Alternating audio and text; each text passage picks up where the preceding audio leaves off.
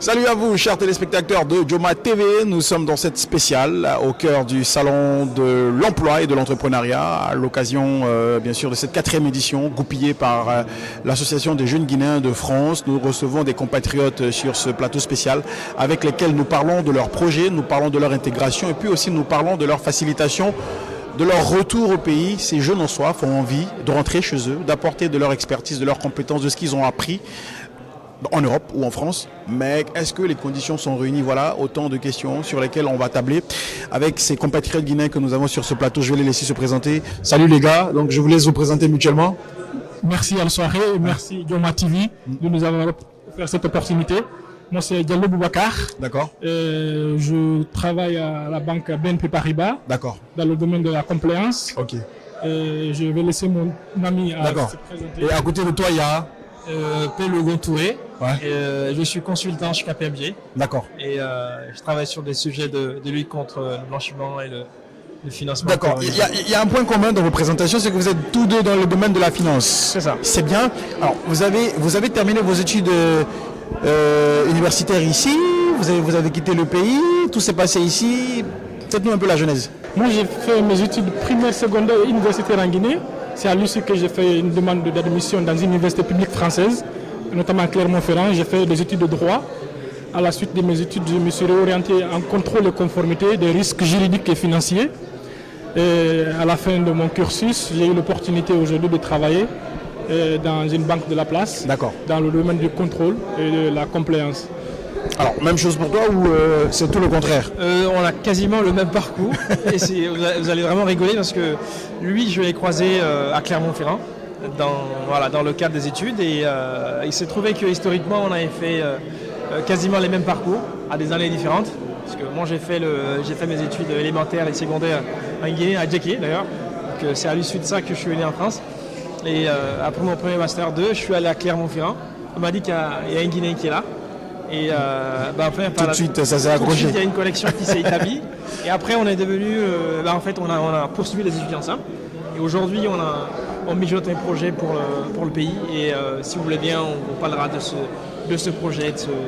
D'accord. Deux Guinéens qui se rencontrent en France, qui développent. Alors, moi, il y a une particularité dans votre présentation, c'est que vous venez là, vous étudiez, vous faites vos diplômes et vous décidez de vous implanter. Alors, c'est un peu plus compliqué que ça. C'est ce que je disais en l'entame tout à l'heure dans nos discussions informelles, au départ, bon après ça dépend, il faut relativiser.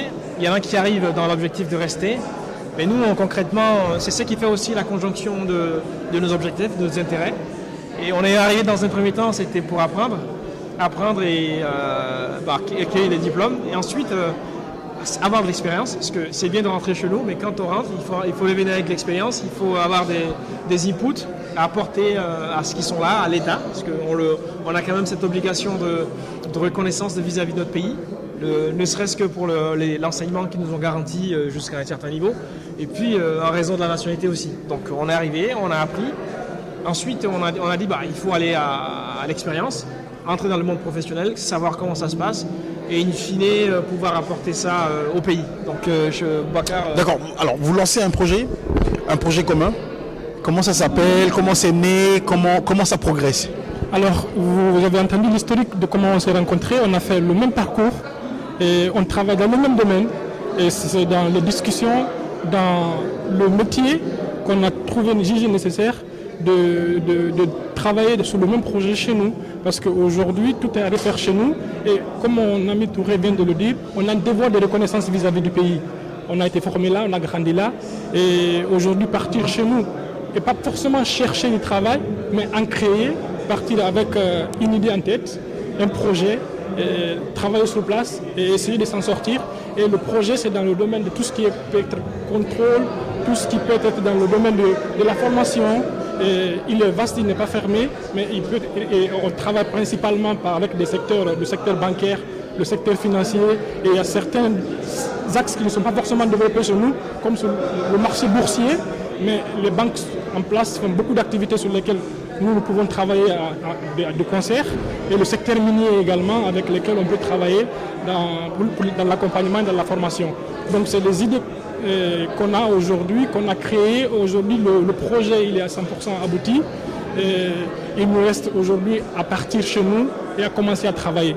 Alors, de loin, vous avez un regard sur ce qui se fait chez vous, sur l'actualité, sur le système éducatif, sur pas mal de domaines, parce que vous êtes sortis, vous avez compris, vous avez appris, vous vous êtes intégrés, vous avez fait face à de nouvelles civilisations.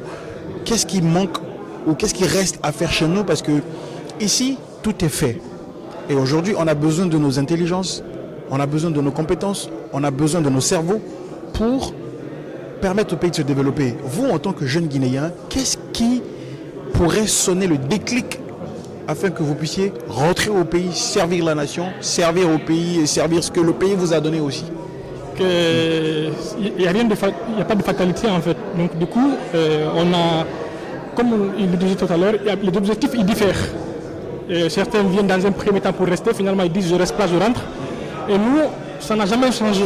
On est venu dans l'objectif d'une formation. Et aujourd'hui, toutes les conditions ne seront jamais réunies pour rentrer. À un moment donné, il faut décider de partir. Et on a fini les études, on a travaillé, on a acquis un certain nombre de bagages intellectuels aujourd'hui. Pour partir aujourd'hui au pays, il ne faudrait pas qu'on exige beaucoup de conditions pour rentrer, sinon on ne va jamais rentrer. Et le plus important, c'est d'avoir l'ambition et la volonté de partir et avoir une idée en tête très précise, un objectif très précis pour entrer. On parle d'entrepreneuriat. Exactement, c'est libéral. Le gouvernement doit faciliter cela par la mise en place, par la création de conditions aussi de retour au pays. Et il y a beaucoup de diaspora aujourd'hui ici, ils ont peur de l'échec après, lorsqu'ils sont rentrés au pays. Donc il faut que nous, on voit qu'il y a certains qui sont partis de là, ils ont réussi en Guinée. Mais à l'avènement de la transition, le 5 septembre 2021, il y a eu un appel au pied du colonel, qui lui-même est issu de la diaspora, et qui a demandé à tout le monde de venir. Et pendant les nominations, les derniers décrets qui sont tombés, il y a pas mal de personnes, de Guinéens, de compatriotes de la diaspora, qui sont à des postes très considérables. C'est encourageant, j'encourage vivement cela parce que ça demande un retour au pays. Je pense que je vais laisser mon ami enrichir je ne peux pas monopoliser la parole. Ouais. En fait, merci Boubacar. En fait, pour rebondir sur la problématique de retour au pays, pour ça qui rejoint un peu ta question, c'est que effectivement aujourd'hui il y a un facteur qui est déplorable, que moi je vais mettre un accent là-dessus, c'est le fait qu'on a un nombre assez important, le flux migratoire des intellectuels de nos pays, en l'occurrence de la Guinée, qui arrivent en France et qui reste est assez important. Et ça il faut qu'on le sache, c'est très problématique, parce qu'on se vide un peu de nos ressources, on se prive de nos compétences, de nos savoir-faire, pour venir mettre ça au profit des États qui en ont pratiquement peut-être pas beaucoup besoin, pas autant besoin que nous. Donc nous, c'est dans cette dynamique, dans cet objectif-là, commun, en conjonction avec lui, Boubacar, qu'on a décidé de rentrer. Et c'est vrai que le retour, on a une appréhension de notre pays de loin qui ne donne pas envie de rentrer d'emblée. Parce qu'on se dit que chez nous, il y a de la corruption, il faut avoir des connaissances, il faut avoir des bras longs pour faire plus simple. Mais il faut aller au-delà de ça. Parce qu'à l'avènement du CNRD au pouvoir en 2021, j'étais en Guinée, j'étais sur place, j'étais allé pour les vacances, j'en ai profité pour échanger sur certains plateaux. Je leur ai dit que en fait, il y avait l'espoir qui était permis au vu du discours initial du CNRD. Et effectivement, le discours a été suivi des actes, parce qu'il y a certains jeunes de la diaspora qui sont entrés, qui ont eu l'occasion, à qui on a fait confiance, qui ont eu l'opportunité. Moi, j'en connais aujourd'hui certains de mes amis qui occupent des postes assez importants. Donc, je pense que le tempo, il est là, il est posé, c'est encourageant, ça donne envie. Mais il ne faut pas que les jeunes aussi, que ceux de la diaspora, à la fois de l'Europe ou des États-Unis, pensent que le retour au pays est forcément conditionné à avoir un emploi de l'État ou des entreprises de la place. Après, tout le monde ne peut pas travailler pour l'État. Effectivement. Parlons de ça, parlons de tout le monde ne peut pas travailler pour l'État. Qu'est-ce que votre projet aujourd'hui peut apporter sur la valeur ajoutée, sur le PIB, sur ce qu'on a déjà de compétences localement? Eh bien justement, je pense que ça fait partie, moi carrément, des objectifs, c'est en fait créer de l'employé. Parce que le schéma salarial, c'est ce qui est plébiscité. De toute façon, c'est ce que l'orthodoxie, c'est ce qu'on nous enseigne dans les écoles. Et nous, justement, en tant que jeunes aujourd'hui guinéens et entrepreneurs, on a envie de s'installer en Guinée, utiliser justement ces ressources guinéennes, ces ressources nationales guinéennes, leur partager notre expérience et ensuite ensemble créer de l'emploi et in fine contribuer à la création de la richesse nationale. Est-ce que c'est le même avis ou Oui, tout à fait, à ce niveau-là, vous êtes d'accord? pour contribuer au développement du pays, il ne faut pas forcément attendre un poste salarial. Ouais. Donc nous, on ambitionne de rentrer pour créer notre propre structure, travailler avec des partenaires sur la place. Et moi, je veux le savoir guinéen, l'intelligence guinéenne. Et la Guinée, il y a beaucoup d'intellectuels en Guinée. Nous, on est passé par l'école guinéenne en fait.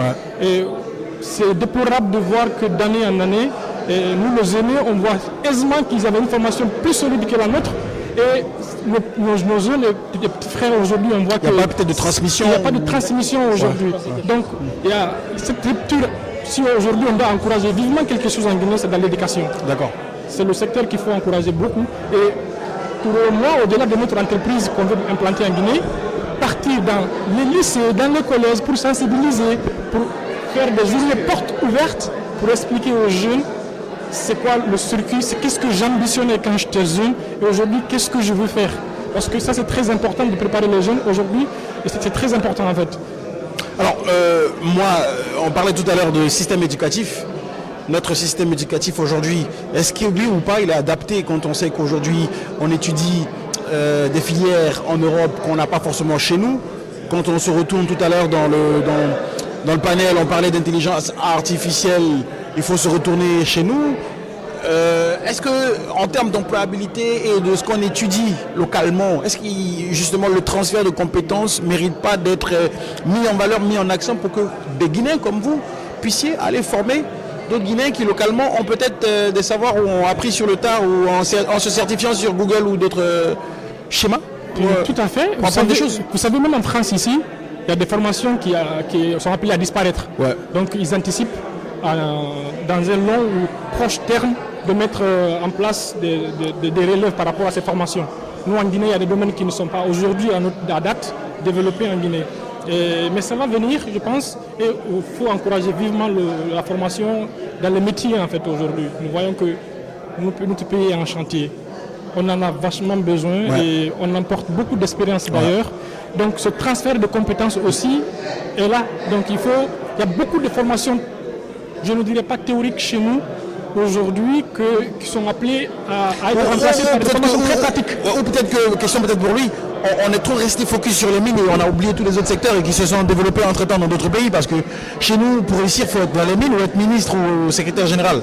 Non mais en fait, quand j'entends cette question, je l'aperçois comme si c'est moi qui l'ai posée à quelqu'un. Il n'y a pas très longtemps, j'en ai discuté lors d'une rencontre avec le lycée d'excellence. Mon employeur organise des forums en aide pour des jeunes issus des quartiers défavorisés. En fait, c'est vraiment un sujet assez important chez nous, dans la mesure où nous avons des formations qui existent chez nous, qui en vrai ne sont pas corrélées avec les besoins du marché de l'emploi. Marché de l'emploi par rapport à nous, en tant que pays sous-développé, il faut le dire, il faut le reconnaître. On a des ressources naturelles, on a des ambitions, on a envie que ça se développe. Mais on n'a pas forcément, peut-être on s'y prend pas bien. Parce qu'il y a des formations aujourd'hui qui existent chez nous qui ne sont pas en réalité peut-être avec ce que les demandeurs, les recruteurs veulent. Mais au-delà de ça, de l'économie réelle. Parce qu'aujourd'hui, en fait, chez nous, ils ont fait de la formation professionnelle une variable d'ajustement. C'est ça qui est problématique. Il faut encourager. La France tient à travers ses PME. Et chez nous, en fait, aller dans une école professionnelle, c'est synonyme d'échec. Bon, je sais que nos amis qui ont été orientés dans les écoles professionnelles... Après, il y a le complexe des familles, parce qu'on n'a pas développé les métiers techniques. Quand vous dites à une famille, tiens, je veux la main de votre fille, la première question qu'on pose en Afrique, c'est il fait quel boulot? C'est vrai. Ça peut-être on a peut-être contribué à travers nos mœurs à complexer certains boulots.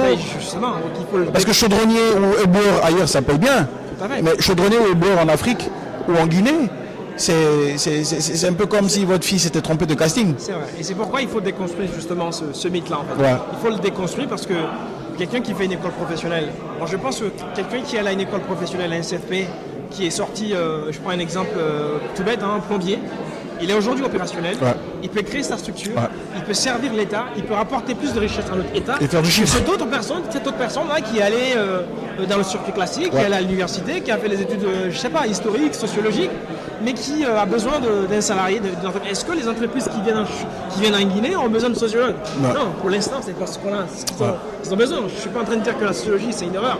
Mais en fait, je suis en train de dire que, implicitement, il faut qu'on encourage la formation professionnelle parce que c'est par cette métier technique-là, opérationnel, tout de suite, qu'on va se développer. On pourra faire des Guinéens nouveaux. Voilà, alors, qu'est-ce qu'on n'a pas dit, qu'on devait dire, parce qu'on arrive à la fin de l'entretien? Est-ce que vous avez envie de toucher des points sur lesquels on n'est pas passé? Déjà, encourager les organisateurs de cette rencontre et encourager d'autres Guinéens qui ont l'occasion de venir et les encourager vivement à venir parce qu'on peut rencontrer des gens, discuter des défis aujourd'hui réels sur le terrain parce qu'on a des responsables sur le terrain aujourd'hui. Et la diaspora fait beaucoup pour l'Afrique en général, mais en particulier en Guinée, et encourager la diaspora à continuer à faire ce qu'elle continue de faire, ce qui a ambition de rentrer, et de nourrir encore le projet pour rentrer. Il ne faut pas avoir peur de rentrer parce que certains sont rentrés, et il ne faut pas aussi lier le fait de rentrer et de réussir automatiquement. Voilà. Il faut trébucher. Il faut trébucher, mais il faut avoir la volonté de partir travailler pour le pays parce qu'on est redevable à cette nation qui nous a formés. Je pense que nous, c'est ce qui nous anime aujourd'hui. À quand votre tour? C'est ce qui nous anime aujourd'hui. Je pense que c'est à très court terme. À court terme, oui, à très court pas terme. de date. C'est à très court terme pour la rentrée. D'accord. Merci beaucoup à Al Soirée, télé et radio. Djoma TV. D'accord, ça marche. Nous,